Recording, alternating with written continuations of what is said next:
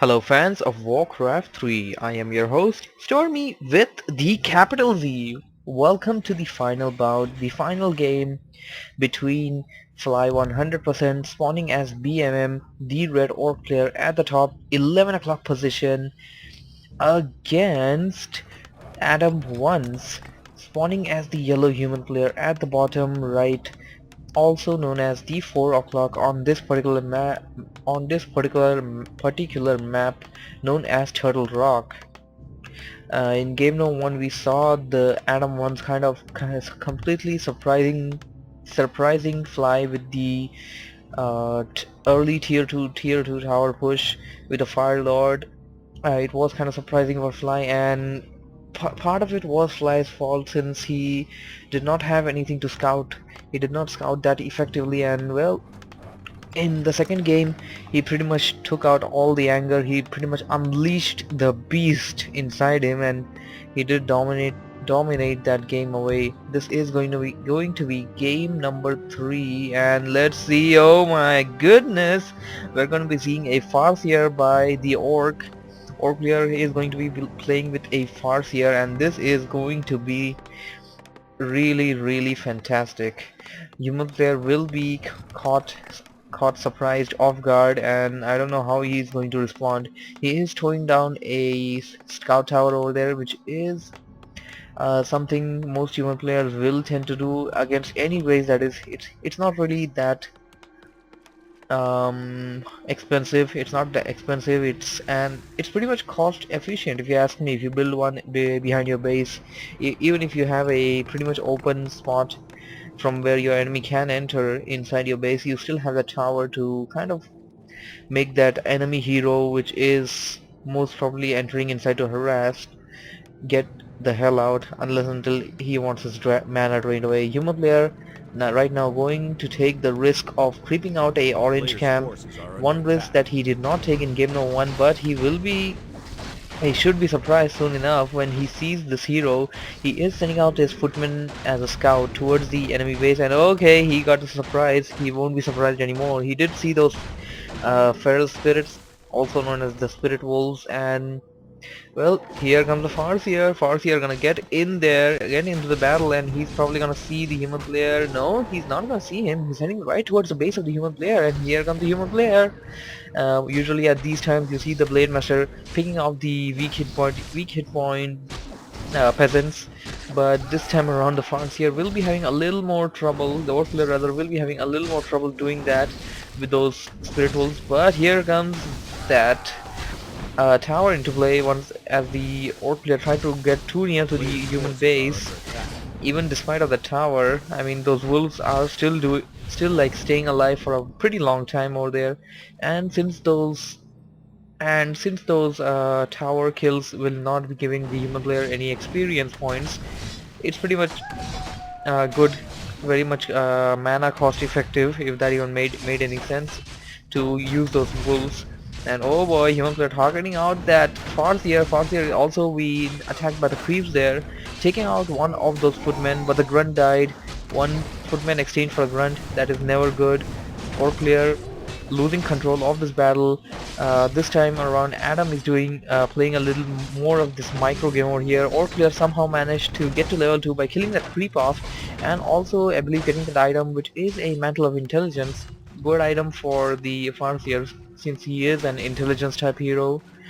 Nonetheless, we'll be giving him some extra mana, or the extra mana capacity, that is. Player's forces are under attack. Oh boy, Hearth has to be really careful. That is, it is the first night. He can get in there and buy the boost of speed, but he chooses not to, and provokes those creeps to get out of that camp. They're gonna be following him a little, and they're probably gonna block the path. No, they're not gonna block the human player. Human player going for a tower rush. Will his luck favor him this time? The orc player is not ready for this. I do not see the orc player ready for this. Will the human player be able to defeat Fly 100%? Oh my god, just look at the militiaman over there. Your player is not going for any tier 2, he's going for that straight up tier 1 tower push. This is a more of a surprise push, but the problem with this is, if this fails, you don't have any plan B. If this fails, it is the end of you. Our player has reached level, or rather tier 2. And oh boy, get those footmen back, get those footmen back. You don't wanna get them killed so soon enough. All footmen on defend mode, and although it's not really gonna be helping him that a lot. And oh boy, that static shield coming into play did some good amount of damage all those orcish units. And oh my, he is down. The last footman is falling down, and oh boy, this is bad. This is bad for the human player. Human player will not be able to defend these towers. These towers are gonna go down one by one. I do not see. Oh boy, this plan completely screwed up. As you can see, he didn't have enough footmen over there. He didn't have enough, or rather, he didn't really micro them that well. Or Lin just out microed him. In other words, this time he seriously needs to do something to keep those towers alive. If those towers come up, he probably might just be able to withstand this. But if those towers go down before they are upgraded, I don't see him winning. Okay, getting a run, that's always good. One tower is up, other one is coming up. Two towers up, that is always better than one. And the third tower is under the upgrading process. Another footman being pulled towards the battlefield, and the second hero is going to be a Tauren chieftain. Oh my goodness, that's actually a plan. Tauren chieftain is always a good support hero for the Farseer, although it acts more of a tank. It has that little ability known as your shockwave, and my god, shockwave is gonna do some good amount of damage over these towers. And well, two towers are up, third one is up, and oh boy, human player is still looking pretty good right now, pulling in more militiamen. Oh boy, here comes the speed scroll by the orc player playing a little more aggressively.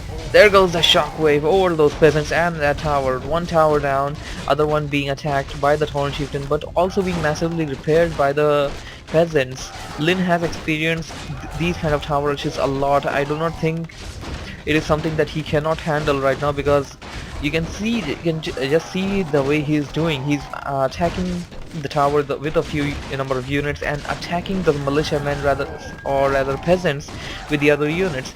Right now Adam is down to only one peasant, and one peasant is just too less to defend this kind of a tower push. You need many more of those peasants, and I do not think he is producing peasants right now. Okay, he is. I was wrong.